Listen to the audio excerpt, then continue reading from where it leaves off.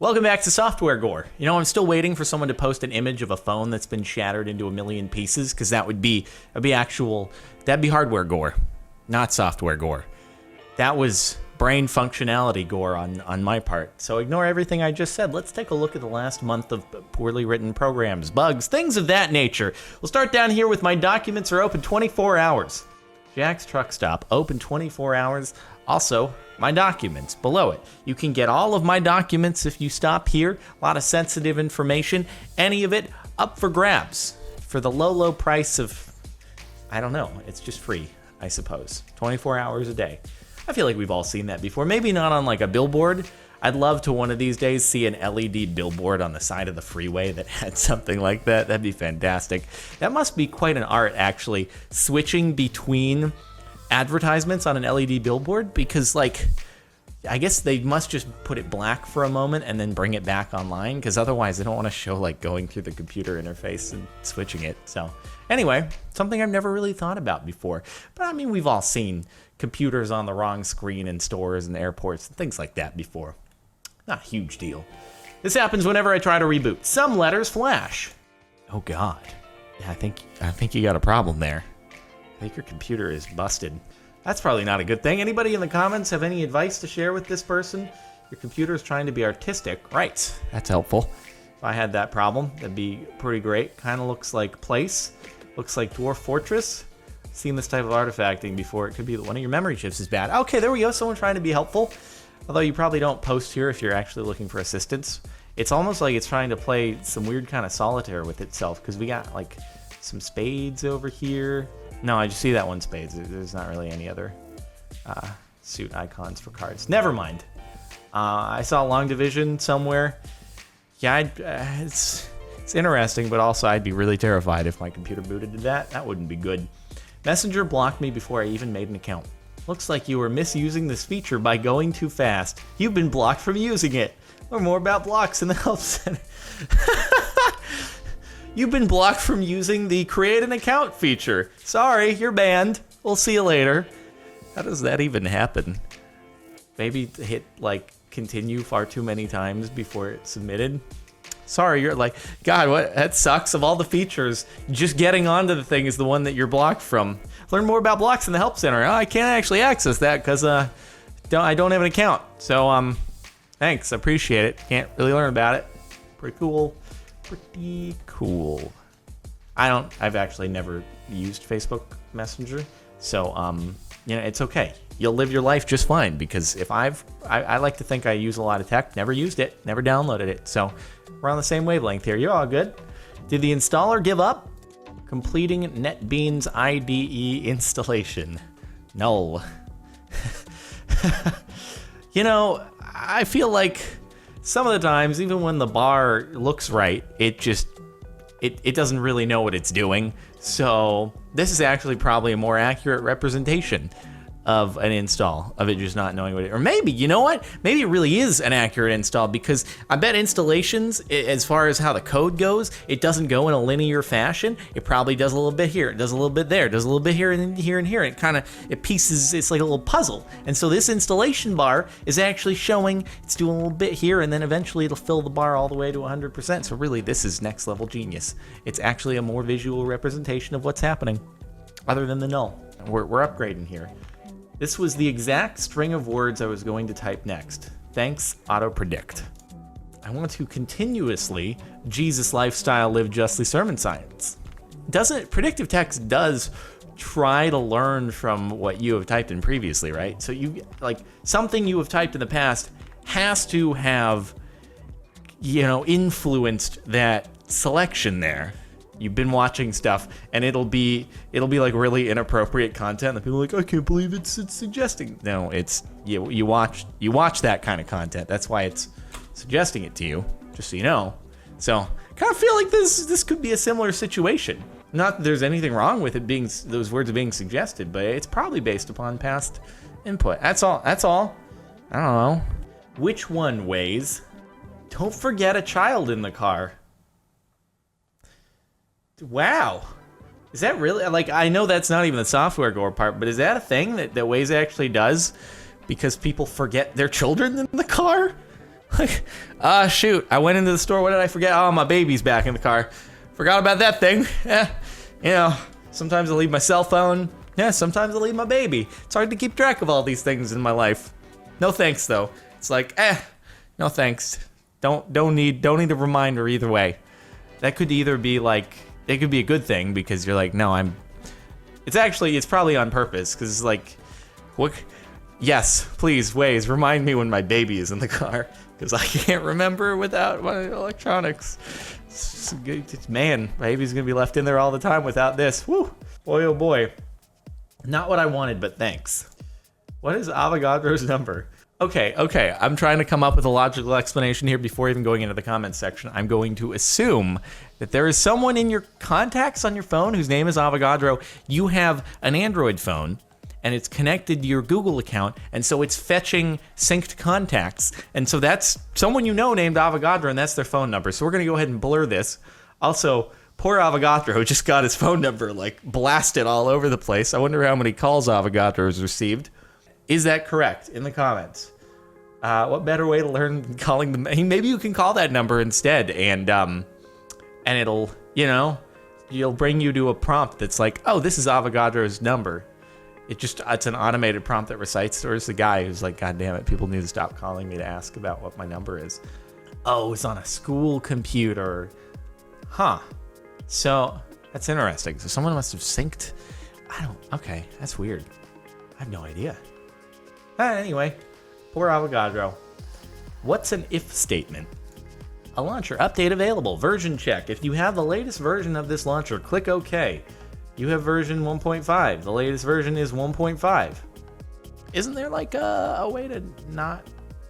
Yeah, like, can't you just put something in there that does that automatically? What's an if those two numbers are the same, don't display the prompt. You can just not have, because someone's going to accidentally hit update and then, well, nothing's really going to happen. I like the top comment here. It's like, hey, can you, user on this computer, can you check if this particular phone number is in your contacts list? Isn't that the point of you existing, computer? So that you can automatically scan through that rather than me? Isn't that why I have you? Same thing, I guess. Do you use a VPN? Hey, you know what? It really is. It's a virtual condom for your internet. It protects you from potentially having your traffic monitored. So, fair enough. Sometimes people substitute the two words. Like, did you sign up for a condom service for your internet? That's what I'm gonna start using. I'm gonna substitute the word out in real life. And I feel like people might kind of understand. Some of them, like 50% of some of the time, people might understand, but probably not. But hey, it works. I guess I won't forget my password and login name. God, can you imagine? Can you imagine if you were like streaming and you logged into a website and you had your browser bar displayed and then it just was like, oh yeah, here's your username and password. You're like, oh, thanks for broadcasting that to the world. And it happens to be that you use one password for every website. Don't do that. Don't do that. Different passwords for every website ever. This is crucial. Super crucial. Save as. Word save as shortcut. Control W. It's like when people leave the comments on YouTube, like close the window or refresh the page in place of some other comment just to screw with you. And I'm sure people have fallen for it a million times. Also delete System 32. Thanks, Google. Really appreciate that. You want to save your document? Close it. We got you here. Here at Google, we want to save you time so that you then actually end up using Google Docs instead of Word. So we're just going to make your life so miserable so that you rage quit and then you come to us. It's really a marketing strategy here is what it is. Thank God for AVG. I can read. Threat blocked. We blocked the threat AVG setup from harming your computer. Don't worry, we've identified that we are, in fact, a virus ourselves. And in fairness, when it comes to AVG, there have been some times, because I've used it in the past, where I've been like, what are you doing? What are you doing, AVG? I didn't want you to do that. That's fine. Don't tell me that's not fine, because that's totally fine. No, I don't want that pop-up that's telling me to that you're gonna stop working unless I get this upgrade. No, I don't want. No, please, thank you. I don't appreciate that. So it's self-aware, is all. All right, decisions. Do you want to change your default web browser to Chrome or keep using Chrome? Keep Chrome or use Chrome? I don't know. That's it's pretty tough. I don't know how to decide this question. I would actually be very confused that I was gonna like do something wrong if I was prompted with this. I'd probably say keep Chrome just because my current experience is working just fine. And I'd be like, is there a virus trying to install a duplicate Chrome on my computer? Because I'm a little bit worried about that. Or I suppose you could have a parallel installation that you made of a different version, and then it's so in reality it's not that far-fetched. Guys, I know Chrome's supposed to update itself automatically, but potentially, I don't know, you could do it, you could install it twice and then yeah. Because what else is it gonna stay? Like a custom prompt about you're already using an older version of Chrome? I don't know. Doesn't seem that crazy. I forgot Windows can only delete files that don't exist. An unexpected error is keeping you from deleting the file. If you continue to receive this error, you can use the error code to search for help with this problem. The error, the file exists. Yeah, that's the problem. I'm trying to get rid of it. It exists, so can you remove it? Because that'd be nice. I have gotten the error of I cannot delete because the file does not exist, which is like a visual bug, and if you refresh the folder, then it fixes itself usually, but I've gotten it's in use. It doesn't exist. I've never gotten it exists. That's a new one. It's also, it's a heck of a file name. It must be like some temporary file. I hate it when I have to get rid of my files in order for them to be gotten rid of. Oh, okay. Select the correct character for GAT. I love it when there are two options that are both the same, and I have a 50-50 chance of getting it right. Dude, I had that a few times on, what was it called? God, what was the software called? Back in like 7th grade, I used this math online software for homework. It's called Alec, something like that. And there were a few examples on there of like, either the right answer that I was positive and correct about was not listed, or there was like two of the same. I'd be like, okay, I don't know how to attend to this, but that happens. It's unfortunate, and you just get marked down anyway on your homework, so it's great. On why you shouldn't store phone numbers as numbers.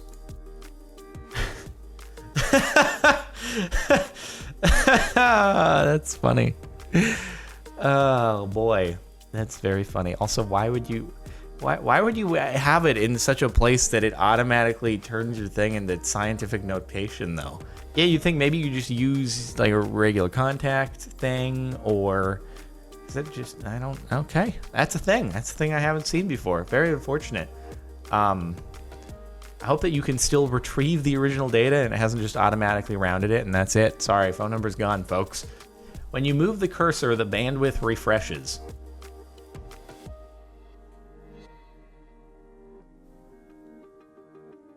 Huh.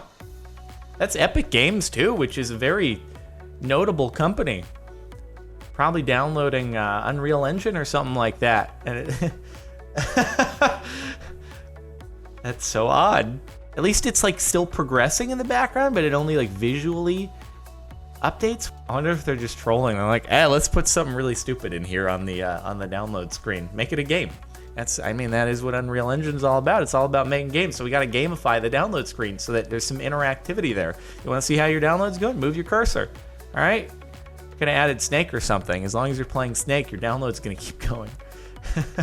Play Snake with the download bar somehow. And the top software gore of the past month. I was driving and my phone vibrated in my pocket to tell me this.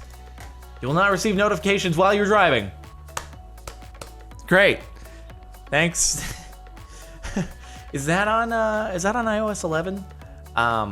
Because I've heard some interesting feedback about iOS 11. Haven't tried it myself, but yeah, it's like, all right, thanks guys. This is really defeating the purpose of the entire system. The whole driving thing. It's just, I don't think it will make any difference. People are going to check their phone if they're going to check their phone. or they're not going to check your phone. And if you try to implement added barriers for people trying to check their phone while they're driving, it's just going to become more dangerous, because those people who are desperate to check their phone, they're going to try to figure out how to get past that workaround, and it's going to cause them to be even more distracted while they're driving. So I really have some mixed feelings about that whole thing, whether or not it'll really make things safer or not. But that's not helpful at all. Thanks, guys. All right, well, that's it for Software Gore for this past month. I hope you've enjoyed. Make sure to like if you like. Check the playlist in the description if you want to catch up on any other Reddit stuff. Subscribe if you're not already, and if you want to listen to the music playing in the background right now, it's linked to the outro over on the Marin Music channel. That's it. I'll see you next time.